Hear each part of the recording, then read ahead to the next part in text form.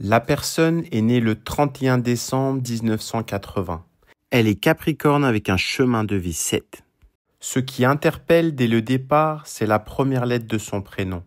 Le M, une lettre puissante, pleine de mémoire, de maîtrise et de magnétisme. En numérologie, le M vibre sur le chiffre 4. C'est une vibration de rigueur, d'organisation, de construction. C'est aussi une énergie liée à la stabilité intérieure, à la volonté de bâtir quelque chose qui dure.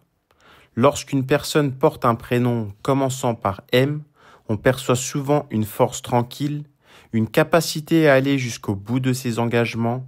Ce n'est pas une lettre qui fait les choses à moitié. Elle agit, elle pose, elle incarne. Et cette énergie 4 entre parfaitement en résonance avec la vibration que cette personne traverse actuellement. Le 4, celle de structurer son avenir. Le chemin de vie 7, quant à lui, parle d'une quête intérieure, d'un besoin profond de compréhension, d'une recherche de vérité. Être né le dernier jour de l'année n'est pas anodin. Cela symbolise une clôture, une sagesse ancienne, une capacité à faire le bilan, à comprendre les cycles.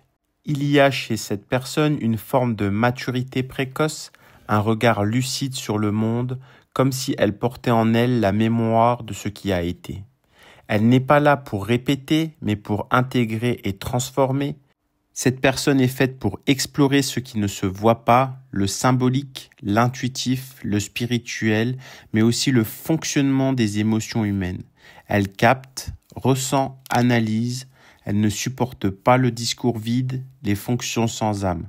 Son travail doit l'impliquer pleinement. Aujourd'hui, elle traverse une vibration 4. C'est le moment de poser les bases solides, de mettre en place une structure concrète pour tout ce qu'elle ressent à l'intérieur. Et plus tard, en vibration 9, elle deviendra une transmetteuse, une accompagnante, une personne dont l'impact va dépasser le cercle personnel pour toucher les autres. Sa main gauche est une main de feu, c'est la main dominante et elle parle fort. Une main de feu, c'est une main expressive, nerveuse, pleine de lignes et de vitalité. C'est une main d'une personne intuitive, vive, guidée par un élan intérieur.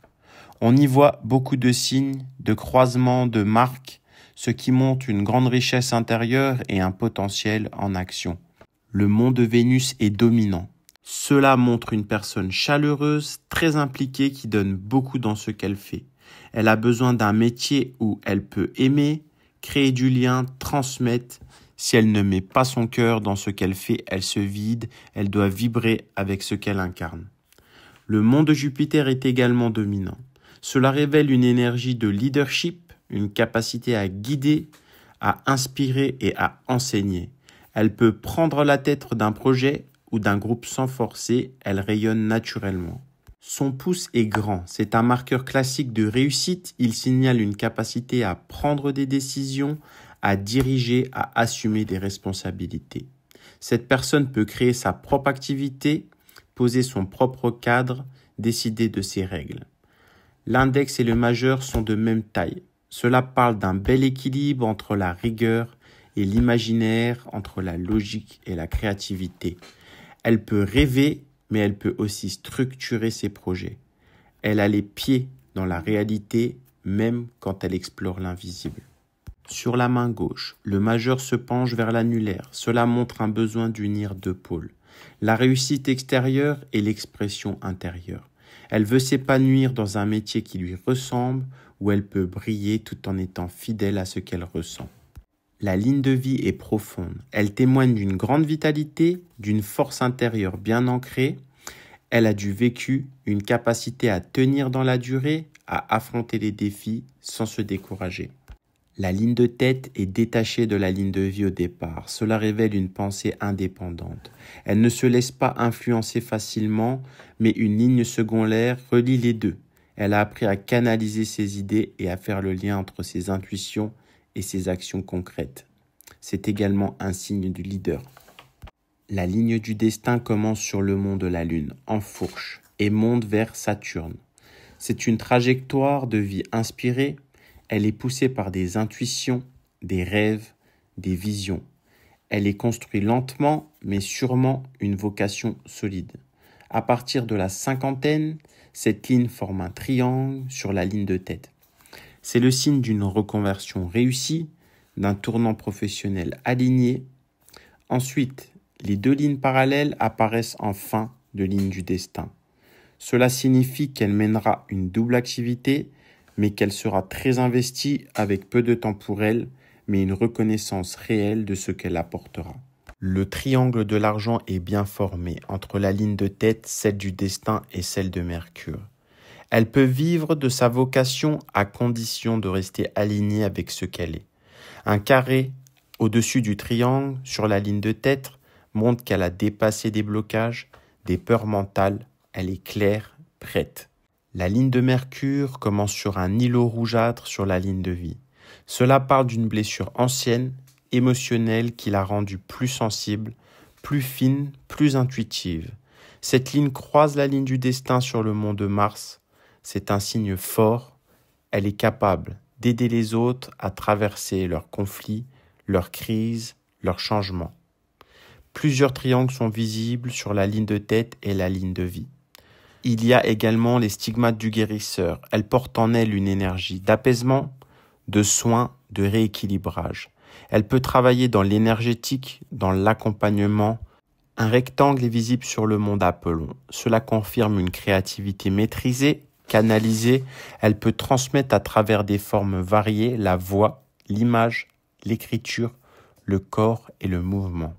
Sa ligne de cœur rejoint l'anneau de Vénus. Elle est entière, elle ne peut pas faire semblant.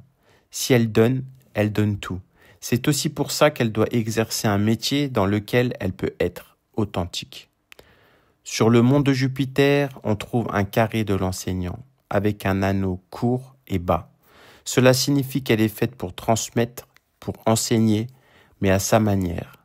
Pas dans le cadre rigide, mais dans l'accompagnement sincère. Un carré est également visible sur le mont interne de Mars. Il symbolise une force bien maîtrisée, une capacité à réagir avec justesse et rester stable dans l'action. Sa main droite est une main de terre, c'est la main secondaire. Elle parle du passé, des racines, de ce qu'elle a construit jusqu'ici. La ligne de vie y est plus discrète. Elle a dû apprendre à s'affirmer, à poser ses limites. Sa force ne vient pas d'un élan naturel, mais d'un chemin parcouru avec effort. La ligne du destin se termine par un carré relié à la ligne de vie. C'est un signe de protection. Ses choix l'ont guidée, même quand elle doutait. Une étoile entre la ligne de tête et celle du destin, reliée à un carré, signale un éveil fort, un moment où tout a basculé intérieurement. Depuis, elle sait qu'elle ne saura plus faire semblant. Des lignes secondaires bien visibles sur la deuxième phalange de l'index et de l'annulaire révèlent des capacités médiumiques et de voyance. Elle capte des messages, des images, des ressentis à développer dans un cadre intuitif, énergétique ou symbolique. Sur cette main, l'index et l'annulaire se tournent vers le majeur. Elle veut mettre son savoir au service de quelque chose qui s'élève et qui a du sens. Les monts de Mercure, Saturne et Apollon sont liés. Cela crée une trinité puissante entre communication, intuition et expression. Elle peut guider, transmettre, créer à travers un langage qui touche. Cette personne est faite pour sortir du cadre classique, pour créer une activité à son image, une activité qui lie soin, guidance, transmission et vérité. Elle peut devenir coach spirituel, thérapeute intuitif, enseignante, médium, créatrice de contenu inspirant, etc. Elle peut cumuler deux activités, l'accompagnement individuel et la transmission collective. Ce qu'elle ressent n'est pas un passage, c'est un appel. Si elle s'écoute maintenant, elle pourra poser les fondations d'un métier pleinement aligné et trouver enfin sa place. Pour aller dans cette direction, il est essentiel qu'elle s'autorise à explorer, à tester et à se former si besoin. Elle ne doit pas chercher la perfection, mais l'élan juste. Tout l'invite à créer un espace professionnel dans lequel elle pourra exprimer son intuition, transmettre son expérience et accompagner les autres à travers ce qu'elle incarne. Elle peut commencer simplement, même sans formation, en observant ce qu'il appelle naturellement. Ce peut être dans l'humain, dans la relation ou dans une forme d'aide concrète. Des métiers comme assistante sociale, éducatrice spécialisée, conseillère en insertion, formatrice, accompagnante dans le domaine du bien-être ou même auxiliaire de vie peuvent déjà lui permettre de développer ses qualités naturelles d'écoute, d'observation et d'accompagnement. Elle peut aussi s'intéresser à des métiers plus créatifs ou relationnels comme la communication, l'écriture, le développement personnel en entreprise ou l'animation d'ateliers. Le plus important, c'est de commencer quelque part, de se reconnecter à ce qui lui plaît dans la matière et d'y injecter sa sensibilité. Elle pourra ensuite, si elle le souhaite, aller plus loin dans le domaine spirituel ou symbolique. Elle peut se former à un outil spécifique comme le tarot, l'astrologie, pour structurer ce qu'elle capte déjà naturellement. Ces outils peuvent devenir des supports concrets pour transmettre ses ressentis de manière structurée et professionnelle.